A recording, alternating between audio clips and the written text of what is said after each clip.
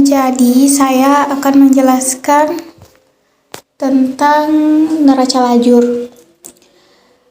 Neraca lajur atau disebut juga kertas kerja merupakan sebuah lembaran kertas dengan lajur-lajur atau kolom-kolom yang direncanakan secara khusus untuk menghimpun semua data-data akuntansi yang dibutuhkan pada saat perusahaan akan menyusun laporan keuangan dengan cara sistematis.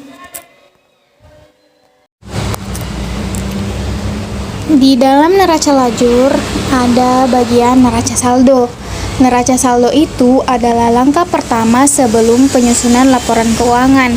Ini adalah dokumen internal atau kertas kerja yang digunakan akuntan sebagai dasar saat menyiapkan laporan keuangan. Dalam ilmu akuntansi, jurnal penyesuaian adalah penyesuaian atas saldo-saldo akun di buku besar dilakukan dengan membuat jurnal yang disebut jurnal penyesuaian. Yang berikutnya ada neraca saldo disesuaikan. Neraca saldo disesuaikan adalah daftar dari semua akun dan saldo yang terkandung dari buku besar setelah entry penyesuaian untuk periode akuntansi telah diposting. Pada dasarnya tujuan dari pembuatan neraca saldo adalah langkah pertama sebelum penyusunan laporan keuangan. Laporan laba rugi adalah bagian dari laporan keuangan suatu perusahaan yang dihasilkan pada suatu periode akuntansi, yang menjabarkan unsur-unsur pendapatan dan beban perusahaan sehingga menghasilkan suatu laba bersih. Jadi, di sini saya akan menjelaskan cara menyelesaikan neraca lajur. Ini salah satu soal yang akan saya jelaskan. Simak ya guys. Di dalam neraca lajur terdapat 10 kolom.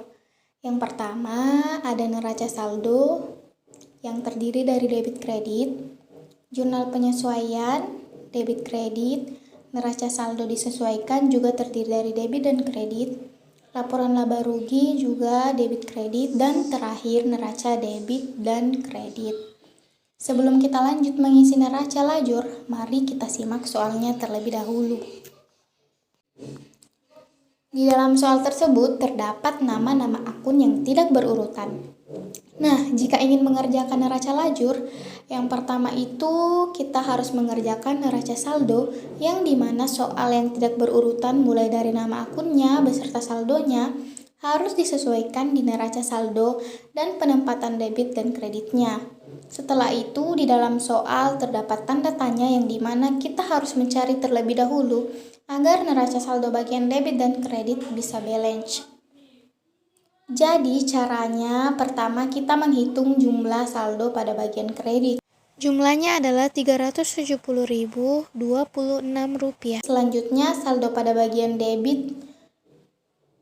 Nah, jumlahnya sekian. Di sini kita melihat tidak balance karena terdapat akun dengan saldo yang masih dipertanyakan.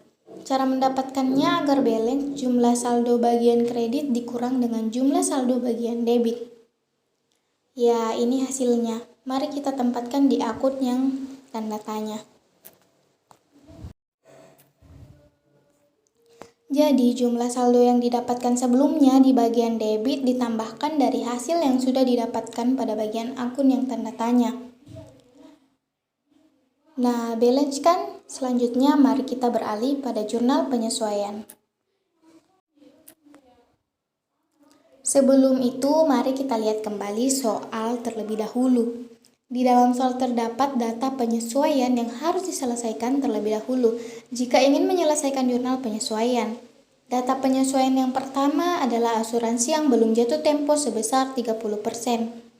Cara menghitungnya, saldo pada asuransi DDM yaitu Rp7.002.000 dikali 70% hasilnya.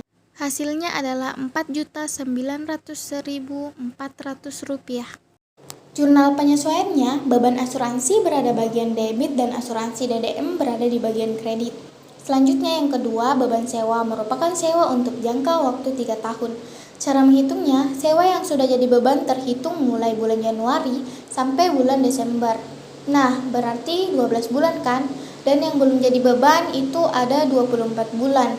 Nah, di sini jangka 3 tahun terdapat 36 bulan.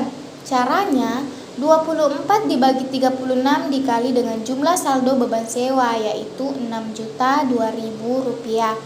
Nah, hasilnya sekian. Untuk jurnal penyesuaiannya, sewa DDM berada bagian debit dan beban sewa berada bagian kredit. Yang ketiga, gaji yang belum dibayar sebanyak Rp3.002.000. Jurnal penyesuaiannya, beban gaji berada di bagian debit, hutang gaji berada di bagian kredit. Selanjutnya yang 4, perlengkapan yang tersisa sebesar 25%. Cara mendapatkannya, kita hitung saldo perlengkapan yang sudah terpakai. Berarti yang sudah terpakai 75%. Cara menghitungnya, saldo perlengkapan dikali 75% dan hasilnya sekian. Jurnal penyesuaiannya, beban perlengkapan di bagian debit dan perlengkapan di bagian kredit. Nah, sudah selesai ya guys cara menyelesaikan data penyesuaiannya. Mari kita kembali ke neraca lajur pada jurnal penyesuaian. Sudah tertera hasil saldo yang dihitung tadi pada data penyesuaian, dan hasil akhirnya saldo bagian debit dan kredit balance. Nah, selanjutnya neraca saldo disesuaikan. Cara menghitungnya, neraca saldo dijumlahkan atau dikurangkan pada jurnal penyesuaian. Rumusnya yaitu debit ketemu kredit berarti dikurang, debit ketemu debit berarti ditambah. Nah, hasilnya balance kan? Mari kita beralih pada laporan laba rugi. Dalam menentukan laba ruginya, mari kita hitung pendapatan dan beban. Jika pendapatan lebih besar daripada beban, berarti perusahaan mendapatkan laba. Tetapi jika beban lebih besar daripada pendapatan, berarti perusahaan mendapatkan rugi. Oke, mari kita lihat kolomnya. Di sini terdapat beban lebih besar dari pendapatan, maka dari itu perusahaan mendapatkan rugi sebesar Rp2.647. Dari mana saya mendapatkan, yaitu pendapatan beban. Jumlah akhirnya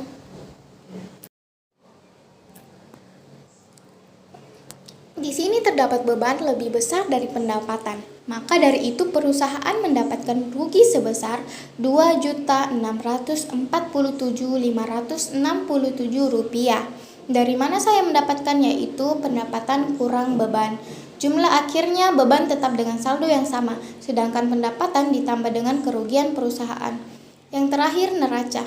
Semua saldo pada bagian neraca saldo disesuaikan kecuali pendapatan, dan semua beban ditetapkan lagi di bagian kolom neraca. Nah, mari kita beralih pada laporan laba rugi. Dalam menentukan laba ruginya, mari kita hitung pendapatan dan beban. Jika pendapatan lebih besar daripada beban, berarti perusahaan mendapatkan laba. Tetapi jika beban lebih besar daripada pendapatan, berarti perusahaan mendapatkan rugi. Oke, mari kita lihat kolomnya. Di sini terdapat beban lebih besar dari pendapatan, maka dari itu perusahaan mendapatkan rugi sebesar Rp2.647.567. Dari mana saya mendapatkannya, yaitu pendapatan dikurangi dengan beban. Jumlah akhirnya beban tetap dengan saldo yang sama, sedangkan pendapatan ditambah dengan kerugian perusahaan. Nah, yang terakhir ada neraca. Semua saldo pada bagian neraca saldo disesuaikan kecuali pendapatan, dan semua beban ditetapkan lagi di bagian kolom neraca. Mari kita hitung jumlah saldo pada bagian kredit. Nah, hasilnya sekian. Selanjutnya jumlah bagian debit. Nah, hasilnya di sini Rp278.800.008.008. Kita taruh di bawah jumlah saldo bagian debit. Dan jumlah akhirnya pada bagian kredit tetap jumlah yang sama, sedangkan pada bagian debit ditambah dengan Rp2.647.567. Nah, balance kan.